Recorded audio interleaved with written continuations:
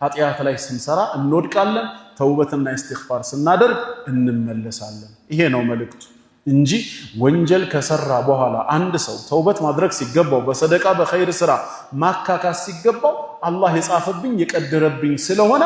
ልወቀስ አይገባም ማለት አያስኬድም ምክንያቱም አንድ ከልቡ አያምንም ይሄን ነገር እውነት ከልቡ ያመነው ከሆነ አላህ የጻፈው ያንተን ወንጀል ብቻ ሳይሆን አንተ ላይ የሚሰራውንም ስራ ነውና አደጋ በደረሰብህ ቁጥር አደጋ አድራሾችን አትቃወም በለው እሺ ይላል ልቡ ይረጋጋል ማንንም እንደፈለገ ንብረትን ቢነጥቅህ ትቀበላለህ ኢሻ ሰግደ ስትወጣ ሞባይልን ነጥቆ አንዱ ቢሮጥ ምን ታረጋዋለህ እከተለዋለሁ ሮጣለሁ እስካስመልስ ካቃተስ ሌባ ብለህ እርዳታ ትጠራለህ ምንም ጥርጥር የለውም አሃ